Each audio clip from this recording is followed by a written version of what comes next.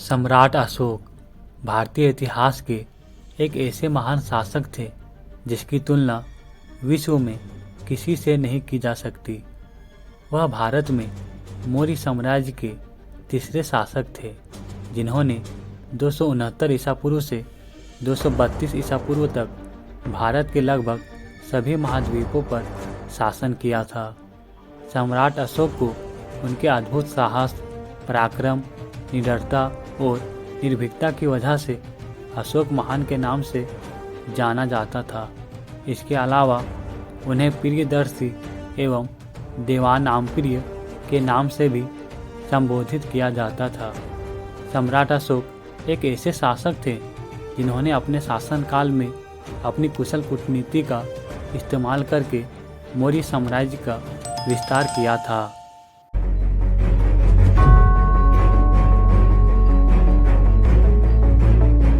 अशोक महान ने उत्तर में हिंदुकुश की श्रेणियों से लेकर दक्षिण में गोदावरी नदी, कर्नाटक, मैसूर तक और पूरब में बंगाल से पश्चिम में अफगानिस्तान तक अपने मौर्य साम्राज्य का विस्तार किया था।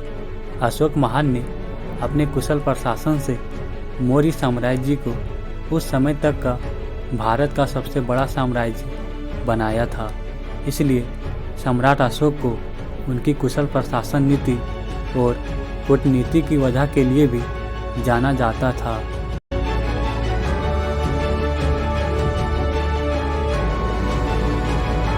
सम्राट अशोक बौद्ध धर्म से अत्यधिक प्रभावित थे।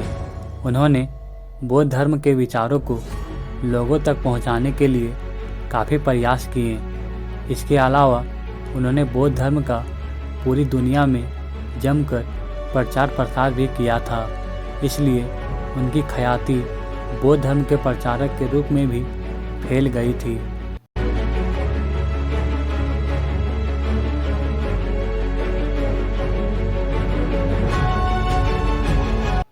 उन्होंने नेपाल में महात्मा बुद्ध के जन्मस्थल लुम्बिनी में स्मारक के रूप में अशोक स्तंभ का निर्माण भी करवाया था।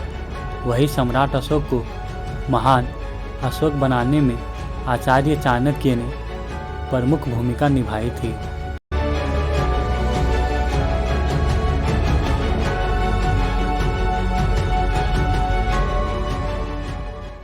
सम्राट अशोक का जन्म करीब 304 ईसा पूर्व में मौर्य साम्राज्य के संस्थापक चंद्रगुप्त मौर्य के पोते के रूप में बिहार के पाटलिपुत्र में हुआ था। सम्राट अशोक मौर्य साम्राज्य के दूसरे शासक बिंदुसार और शुभद्रांगी के पुत्र थे।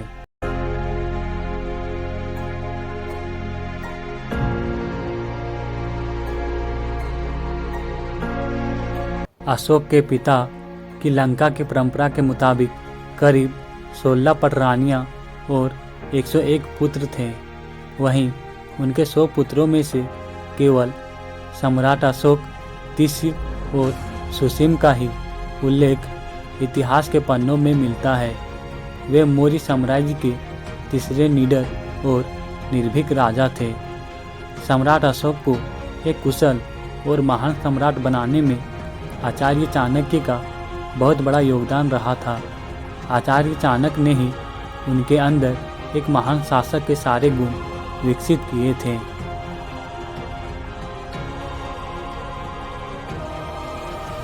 सम्राट अशोक ने अपने मौर्य साम्राज्य का विस्तार करने के लिए कलिंग राज्य पर आक्रमण भी कर दिया और इसके खिलाफ एक विध्वंसकारी कलिंग युद्ध भी हुआ था।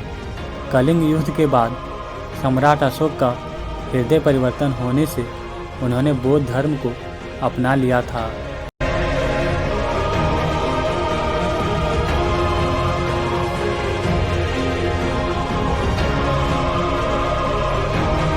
अगर आपको यह वीडियो अच्छी लगी हो तो वीडियो को लाइक, शेयर एंड सब्सक्राइब जरूर कीजिए। इस वीडियो में बस इतना ही। मिलते हैं नेक्स्ट वीडियो में। तब तक के लिए जय हिंद, जय भारत।